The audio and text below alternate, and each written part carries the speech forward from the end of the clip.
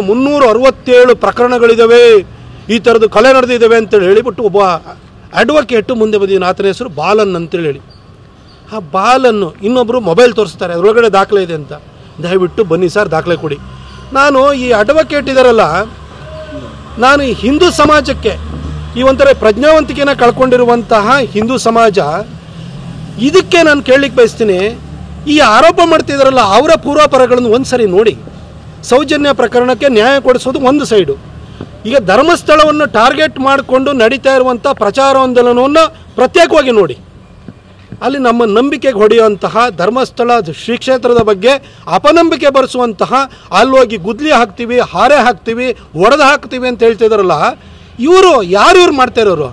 ಈ ಅಡ್ವೊಕೇಟ್ ಯಾರು? 2008ರಲ್ಲಿ ಬೆಂಗಳೂರಿನಲ್ಲಿ ಸರಣಿ ಬಾಂಬ್ ಬ್ಲಾಸ್ಟ್ ಆಯಿತು.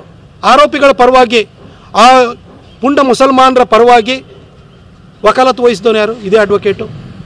ಮಲ್ಲೇಶ್ವರಂ BJP ಆಫೀಸ್ ಮೇಲೆ ದಾಳಿ ಆಯಿತು, ಅದರ ಮೇಲೆ ಅದರ ಆರೋಪಿಗಳ ಪರವಾಗಿ ವಕಾಲತ್ತು ವಹಿಸಿದವರು ಯಾರು? ಇದೇ ವ್ಯಕ್ತಿ. ರುದ್ರೇಶ್ ಮರ್ಡರ್ ಕೇಸ್ ಆಯಿತು, ಆ ಮರ್ಡರ್ ಮಾಡಿದಂಥವ್ರ ಪರವಾಗಿ ವಕಾಲತ್ತು ವಹಿಸಿರೋ ವ್ಯಕ್ತಿ ಯಾರು? ಇದೇ ಅಡ್ವೊಕೇಟು. ಹಾಗೆ DJ ಹಳ್ಳಿ KJ ಹಳ್ಳಿ ಪ್ರಕರಣದಲ್ಲಿ ಅಖಂಡ ಶ್ರೀನಿವಾಸ ಮೂರ್ತಿಯವರ ಮನೆ ಮೇಲೆ ದಾಳಿ ಆಯಿತು, ದೊಂಬಿ ಆಯಿತು, ಪೊಲೀಸರ ಮೇಲೆ ದಾಳಿ ಆಯಿತು. ಆ ದಾಳಿ ಮಾಡಿದಂಥವ್ರ ಮೇಲೆ ಅವ್ರ ಪರವಾಗಿ ವಕಾಲತ್ತು ವಹಿಸ್ತಾರ ಯಾರು? ಇದೇ ಅಡ್ವೊಕೇಟು. ಈ ವ್ಯಕ್ತಿಯ ಇವು ಯಾರ್ಯಾರು ಧರ್ಮಸ್ಥಳದ ವಿರುದ್ಧ ಧ್ವನಿ ಎತ್ತುತ್ತಾ ಇದ್ದಾರಲ್ಲ, ಅವರ ಪೂರ್ವಾಪರವನ್ನು ನೋಡಿ ಸರ್. ನೀವೇನಾದ್ರೂ ಕೂಡ ಇಸ್ಲಾಂ ಧರ್ಮದ ಬಗ್ಗೆ, ಅಲ್ಲಿರುವಂಥ ಅನಾಚಾರಗಳ ಬಗ್ಗೆ, ಅಲ್ಲಿ ಏನು ಮುಲ್ಲಾಗಳು ಮೌಲ್ಯಗಳು ಮಾಡೋದ್ರ ಬಗ್ಗೆ ಏನಾದರೂ ಪ್ರಶ್ನೆ ಮಾಡಿಬಿಟ್ರೆ ಸರ್ ತನ್ಸೆ ಜುದಾ, ರುಂಡವನ್ನು ಮುಂಡವನ್ನು ಕಡೆ ಮಾಡ್ತೀವಿ ಅಂತ ಹೇಳ್ತಾರೆ. ಅಂಥವನು ಬಂದು ನಮ್ಮ ಧರ್ಮಾಧಿಕಾರಿ ಬಗ್ಗೆ ಈ ರೀತಿ ತುಚ್ಛವಾಗಿ ಮಾತಾಡ್ತಾನೆ, ಅವನನ್ನೇ ನೀವು ನಂಬ್ತೀರಿ. ಸೌಜನ್ಯ ಪ್ರಕರಣವನ್ನು ಈ ಪ್ರಕರಣವನ್ನು ಮಿಕ್ಸ್ ಮಾಡೋಕ್ಕೆ ಹೋಗಬೇಡಿ. ಹಿಂದೂ ಸಮಾಜಕ್ಕೆ ಏನಾಗಿದೆ ನಿಮಗೆ? ಇಷ್ಟೊಂದು ನೀವು ಯಾರೋ ಹೇಳಿದ್ದನ್ನು ನಂಬಿಕೊಂಡು ಈ ರೀತಿ ಕ್ಷೇತ್ರದ ಬಗ್ಗೆ ಅಪನಂಬಿಕೆಯನ್ನು ನಮ್ಮವರನ್ನೇ ಒಂದು ರೀತಿ ಕಟಕಟೆಗೆ ತಂದು ನಿಲ್ಲಿಸುವಂಥದ್ದನ್ನು ಯಾಕೆ ಮಾಡ್ತಾ ಇದ್ದೀರಿ? ಯಾವ ಉದ್ದೇಶಕ್ಕೆ ಇದನ್ನು ಮಾಡ್ತಾರೆ? ಈಗ ಇತ್ತೀಚೆಗೆ ಬೆಂಗಳೂರಿನಲ್ಲಿ ಗಾಳಾಂಜನೇಯ ಸ್ವಾಮಿ ದೇವಸ್ಥಾನವನ್ನು ಕಬಳಿಸ್ತಾ ಇದ್ರು, ಅದನ್ನು ಮುಜರಾಯಿ ಇಲಾಖೆಗೆ ತೊಗೊಂಡ್ರು. ಅದೇ ರೀತಿ ಈಗ ಧರ್ಮಸ್ಥಳವನ್ನು ಕಬಳಿಸಬೇಕು, ಅದಕ್ಕೋಸ್ಕರ ಹೊರಟಿದ್ದಾರೆ. ಹಿಂದೂಗಳ ನಂಬಿಕೆ ಹೊಡೆಯುವಂಥ ಒಂದು ವ್ಯವಸ್ಥಿತ ಪ್ರಯತ್ನ ಆಗ್ತಿದೆ.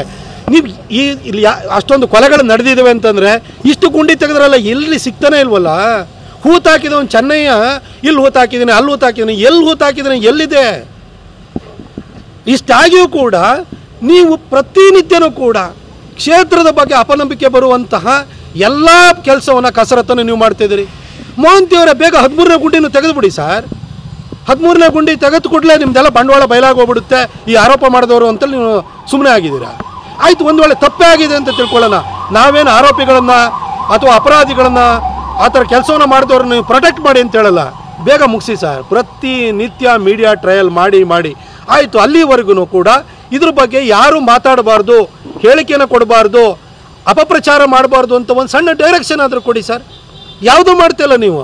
ಪ್ರತಿನಿತ್ಯ ಅಲ್ಲಿ ಹೋಗೋದು, ಯೂಟ್ಯೂಬರ್ಸ್ ಹೋಗೋದು, ಪ್ರತಿಯೊಬ್ಬರು ಅಲ್ಲೇ ಶೂಟ್ ಮಾಡೋದು, ಮನಸ್ಸಿಗೆ ಬಂದಂಗೆ ಹೇಳ್ತಾ ಇದ್ದಾರೆ.